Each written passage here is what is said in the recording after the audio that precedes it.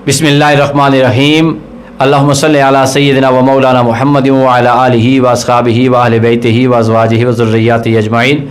अज़ीज़ तलबा दोस्तों, अस्सलामु अलैकुम व रहमतुल्लाहि व बरकातुहू। दर्स निज़ामी ऑनलाइन में आप सबको खुशामदीद कहते हैं।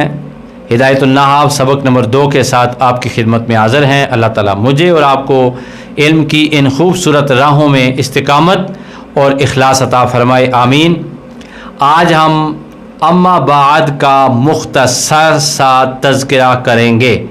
तो आइए सबसे पहले इस सवाल से आज के सबक का आगाज़ करते हैं कि अम्मा बाद कहने वाली शख्सियत सबसे पहले कौन सी थी। इसके बारे में मुख्तलिफ आरा हैं। हज़रत आदम अलैहिस्सलाम, हज़रत दाऊद अलैहिस्सलाम, हज़रत याकूब अलैहिस्सलाम, हुज़ूर नबी करीम सल्लल्लाहु अलैहि वसल्लम के सहाबा किराम का नाम भी आता है, कुछ और हस्तियों का नाम भी आता है। कुछ लोग कहते हैं ये 7 अशख़ास थे जिन्होंने सबसे पहले अम्मा बाद का इस्तेमाल किया। लेकिन उनमें से एक बात मैं आपकी खिदमत में अर्ज़ करना चाहूँगा। किताबों में आता है कि हज़रत यूसुफ़ अलैहिस्सलाम जब गुम हो गए तो हज़रत याकूब अलैहिस्सलाम को रंज हुआ, तो उन्होंने अज़ीज़ मिस्र को जब ख़त लिखा तो उन्होंने तमहीद के बाद ग़ालिबन या अल्लाह ताला की सना के बाद जो अपने ख़त की तफसील का आगाज़ किया तो उससे पहले अम्मा बाद आपने तहरीर फरमाया होगा। तो ये बात थोड़ी सी दिलचस्प थी, मैंने आपके साथ शेयर की है। अल्लाह ताला तमाम पैगम्बरों पे करोड़ों दरूद, करोड़ों सलाम, करोड़ों रहमतें नाज़िल फरमाए सल्लल्लाहु अलैहि व आलिहि वसल्लम।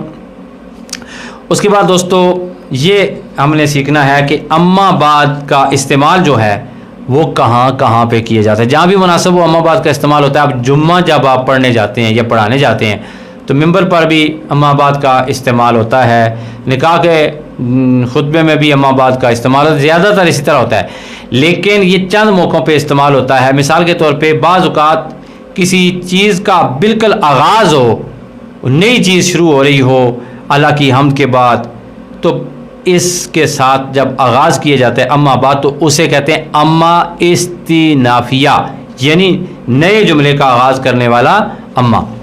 बाज़ औक़ात साबका कलाम इजमाली तौर पे ज़िक्र होता है, उसकी जो तफसील बयान की जाती है वो अम्मा बाद के बाद ज़िक्र की जाती है। यूँ कलाम के अंदर हुस्न पैदा हो जाता है। बाज़ औक़ात साबका कलाम में इबहाम होता है, उस इबहाम को दूर करने से पहले अम्मा बाद का कलिमा अम्मा बाद का इस्तेमाल होता है, तो यूँ कलाम में मज़ीद हुस्न पैदा हो जाता है। बहरहाल अक्सर औक़ात सलामती के बाद जब कलाम का आगाज़ किया जाता है तो अम्मा बाद का जो है वो इस्तेमाल आम होता है। आइए अब हम सीखते हैं कि अम्मा असल में था क्या। इसके बारे में 4 मज़ाहिब हैं। सबसे पहले इमाम खलील नहवी रहमतुल्लाह ताला अलैह, जो कि इस नाहव की बुनियादों को मजबूत करने वाले उन चंद लोगों में से एक थे। इनकी वफ़ात है 170 हिजरी। इनके बकौल माह मा था, असल में अम्मा असल में था माह मा, ये हरफ शर्त है, माह मा था। तो कहते हैं कि हा को करीबुल मखरज होने की वजह से हमज़ा से कन्वर्ट कर दिया गया, चेंज कर दिया गया, बदल दिया गया, तो यूँ हो गया मा।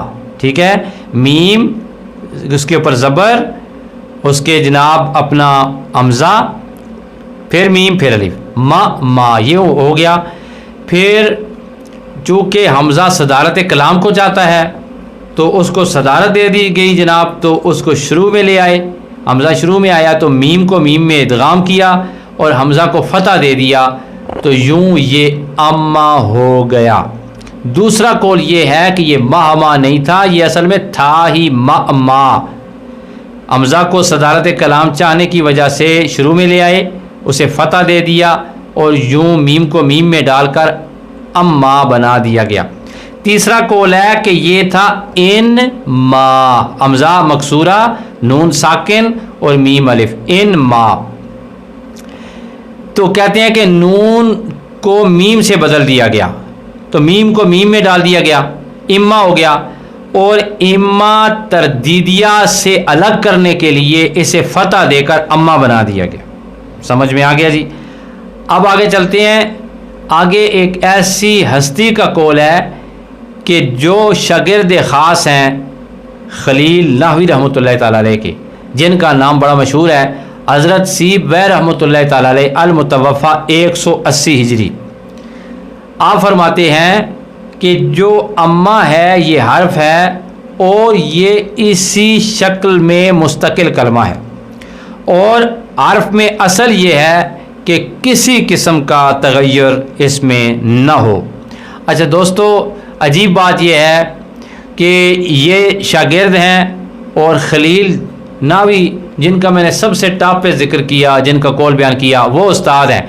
लेकिन क्या आप जानते हैं, हैरत की बात यह है कि शागिर्द का कौल मोतबर है इस वक्त, और उनके कौल को तरजीह दी जाती है, उनका ही कौल राजे है। इस वक्त तमाम नावी दुनिया में जितने उस्ताद बैठे हुए हैं वो कह रहे हैं कि इमाम सीबवैह रहमतुल्लाह ताला अलैह ठीक कहते हैं, अम्मा जो है वो इसकी सूरत यही थी, शुरू में यही था, ये कोई चेंज इसमें नहीं आई।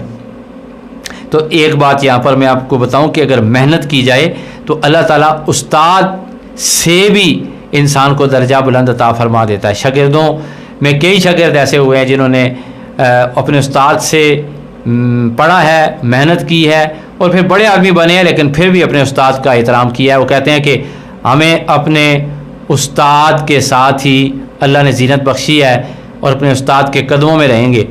तो उस्ताद तो सड़क की तरह होता है कि जो अपने मुसाफिरों को मंजिल तक पहुंचाती है। उस्ताद भी अपने शागिर्दों को बना बना के किसी को जज बना दिया, किसी को सदर बना दिया, किसी को वज़ीर आज़म बना दिया, किसी को वज़ीर बना दिया, किसी को कमिश्नर बना दिया।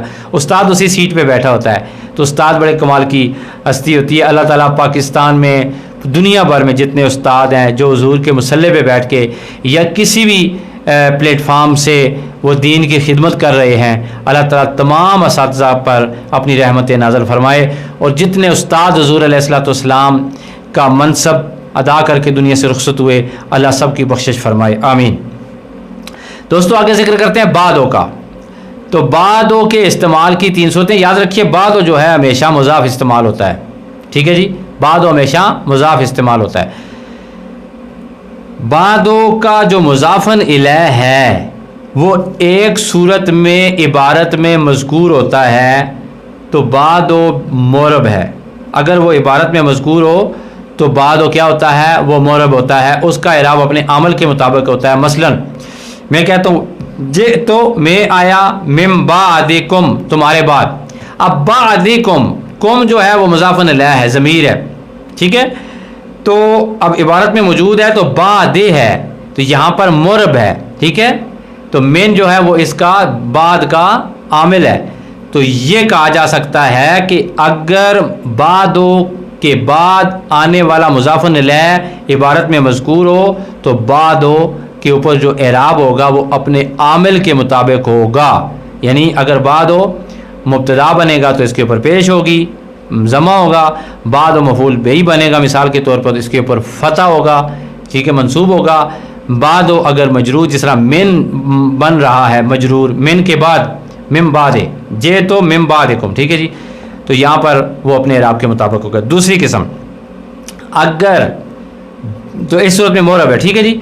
तो दूसरी किस्म, अगर बादो के बाद जो मुज़ाफ़न इलैह है वो इबारत में भी मौजूद ना हो और ज़हन और दिल में या नीयत में भी मौजूद ना हो, तो ऐसे मुज़ाफ़न इलैह को कहते हैं मुज़ाफ़न इलैह महज़ूफ़ नसिया मनसिया, यानी महज़ूफ़ भी है और बिल्कुल बुला भी दिया गया है। तो बादो का इस्तेमाल अगर ऐसे मुज़ाफ़न इलैह के साथ हो तो फिर बादो मबनी बर ज़म होगा, ठीक है जी।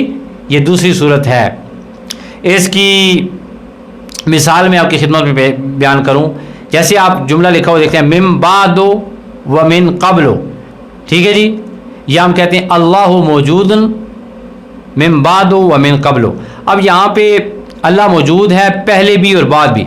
अब यहाँ पे मिन क़ब्लो और मिन बादो का मुज़ाफ़न इलैह है भी नहीं और लिखा हुआ भी नहीं है, तो कबलो भी इसी कुबैल से है, कबलो भी मबनी बर ज़म होगा और बादो भी मबनी बर ज़म होगा। आइए तीसरी किस्म सीखते हैं।